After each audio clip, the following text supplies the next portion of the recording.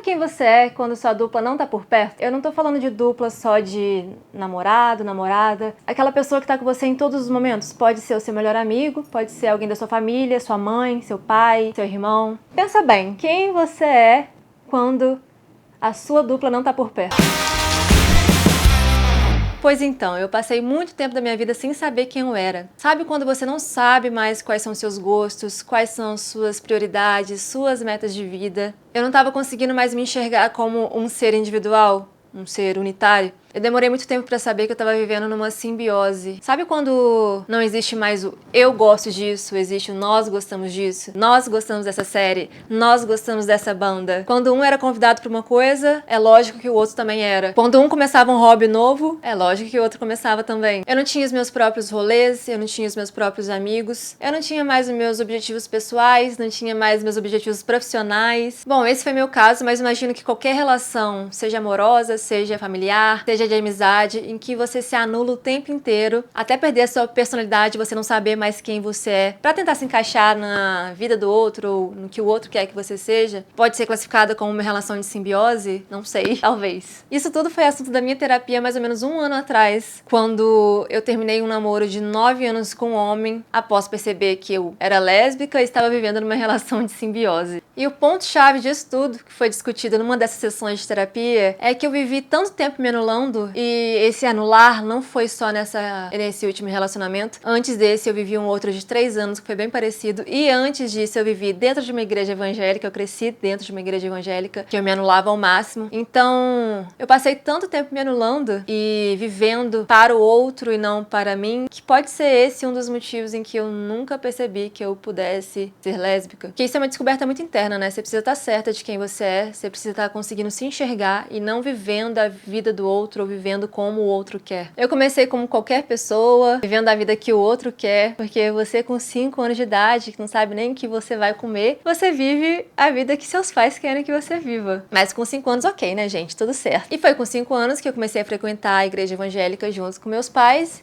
E a partir dali eu comecei não só a viver a vida que meus pais queriam, mas também a vida que a igreja queria que eu vivesse. E aí eu fui crescendo com aquela lista gigantesca do que eu podia ser, do que eu não podia ser, do que eu podia fazer, do que eu não podia fazer. Se era errado ser aquilo, eu simplesmente não ia ser aquilo. Se era errado ser gay, eu simplesmente não ia ser gay, como se fosse uma escolha. Eu tava certa que eu ia seguir aquele protocolo, né? Ia me casar com um homem, só fazer sexo depois do casamento, ter filhos, porque qualquer coisa fora disso era errado. Mas eu realmente achava que aquilo era errado? Eu realmente queria estar frequentando aquela igreja? Eu realmente achava que era certo julgar quem não ia pelo caminho que eles pregavam? Não, aquilo não era eu. E o pouco de liberdade que eu tive quando eu fiz 15 anos e fui estudar meu ensino médio junto com um técnico numa cidade vizinha da minha, eu comecei a morar sozinha, em Ouro Preto, saí daquele meio da igreja que era muito fechado e comecei a partir daí a pensar sozinha, criar meus próprios posicionamentos sobre tudo, meus próprios pensamentos, meus próprios desejos. Eu tava ali no auge da minha juventude, morando sozinha, tava prestes a moldar a minha personalidade.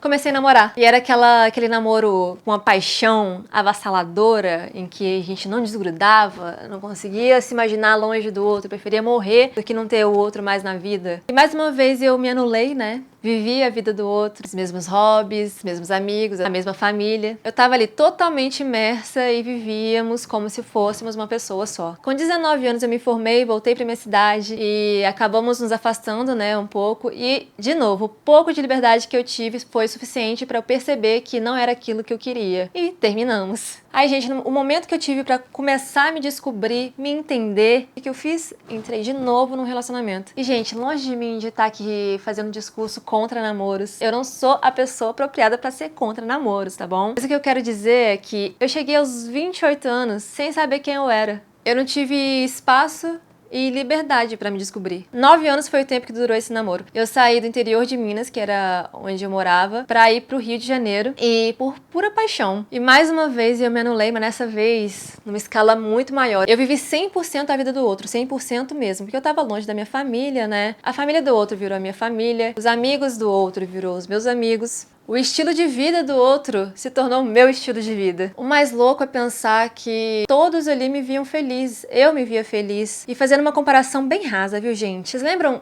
quando eu falei da igreja evangélica, quando era novinha, eu não pensava muito e eu achava que eu tava vivendo feliz ali também, porque eu tinha amigos. Enquanto eu tava fazendo o que eles queriam, eu era bem acolhida, eu era bem aceita e eles me faziam feliz. Mas é aquela coisa, né, gente? Ignorância é uma bênção. Quando você começa a pensar, você sabe que não tá feliz com aquilo. Eu não tava pensando sozinha. Alguns exemplos. Eu não como carne, mas eu nem sabia que existia restaurantes vegetarianos com comidas sensacionais só porque a minha dupla comia carne. Eu amo praia, mas também amo frio. E eu ficava repetindo que eu amava a praia e odiava o frio só porque a minha dupla amava a praia e odiava o frio. Eu amo filmes bobinhos, românticos, sabe? Mas eu passei 9 anos sem assistir filmes românticos, bobinhos, só porque minha dupla preferiu de ação.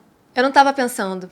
Gente, eu tava num relacionamento com um homem, ignorando o fato de eu não sentir atração por homem, ignorando todas as vezes que eu senti atração por mulher. Eu só parei pra pensar quando entrei na terapia pela primeira vez com 28 anos. E eu cheguei ali com aquele clássico, né, gente? Ai, eu não tenho nada pra tratar, mas eu li em algum lugar que todo mundo deve fazer terapia, então eu vim. O psicólogo deve saber que essas são as piores, né? Então, comecei na terapia normal, sem nenhum problema. E depois aquelas perguntas básicas de quem é você, o que você gosta de fazer, quais são seus hobbies, e eu ter respondido tudo no plural, eu saí de lá com uma certeza. Eu não sabia quem eu era. Eu saí de lá, gente, empenhada a descobrir quem eu era. Eu comecei a sair sozinha, comecei a fazer rolês mesmo sozinha, em restaurantes sozinha, comecei a frequentar lugares que eu nunca ia, museu, eu descobri que eu amo museu. Comecei a listar coisas que eu gostava de fazer antes de começar a namorar. Fui tendo várias descobertas sobre mim, coisas que eu pude relembrar da Jéssica antiga e descobrir coisas novas sobre mim mesma. Comecei a enxergar dentro de mim, buscar meus sentimentos mais profundos e tive a maior descoberta da minha vida até então, que é sobre a minha sexualidade, né, que eu sou lésbica. Eu tenho um vídeo aí no canal contando detalhadamente sobre isso, como foi a minha descoberta, mas pra não ficar muito longo aqui, eu vou dar só um spoiler, que é a minha adolescência inteira, no meu período de puberdade, descobrindo sexualmente, eu tinha meus momentos íntimos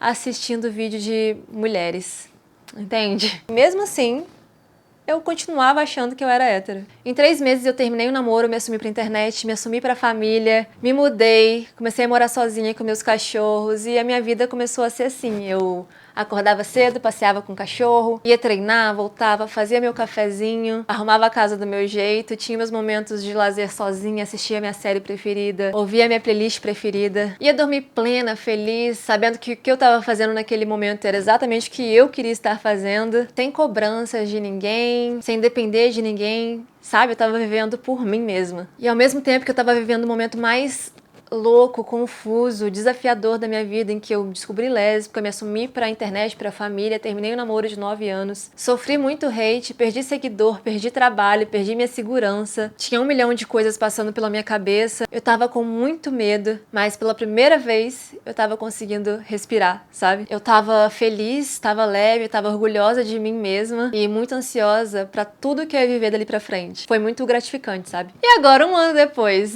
de tudo isso que eu falei, eu sei quem eu sou? Não.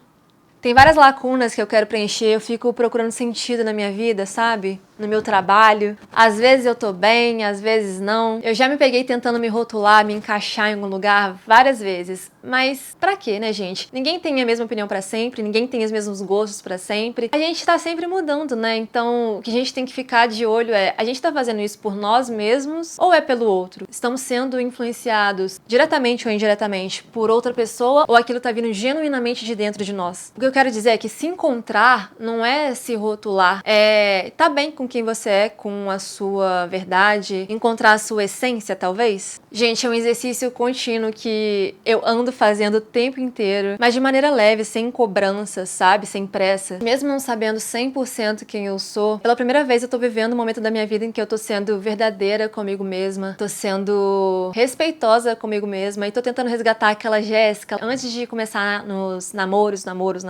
E tô em paz, tranquila, vivendo um dia de cada vez, vivendo cada momento e aproveitando minha companhia, aproveitando tudo que eu tenho a oferecer pra mim mesma. E tá sendo muito gostoso, muito gratificante. Façam isso, eu recomendo muito. Bom, depois de tudo isso, eu vou deixar aqui uma reflexão que um psicólogo mesmo falou. Numa situação em que você e mais uma pessoa têm os mesmos pensamentos, os mesmos gostos, os mesmos hobbies, tudo igual, provavelmente alguém tá se anulando. E vou deixar também aqui um exercício pra quem quiser fazer. Pensa aí, qual a sua comida preferida? Qual a sua viagem dos sonhos? O que você mais gosta de fazer no fim de semana? Tudo que você pensou no plural porque uma outra pessoa gosta, aí você foi na onda também e aprendeu a gostar, ou você realmente gosta, você genuinamente gosta disso? Pensa aí, guarda pra você e depois você vai analisando. Se você chegou até o final desse vídeo é porque te chamou atenção de alguma forma. Pode ser não diretamente com você, mas alguém próximo de você esteja vivendo isso, não sei.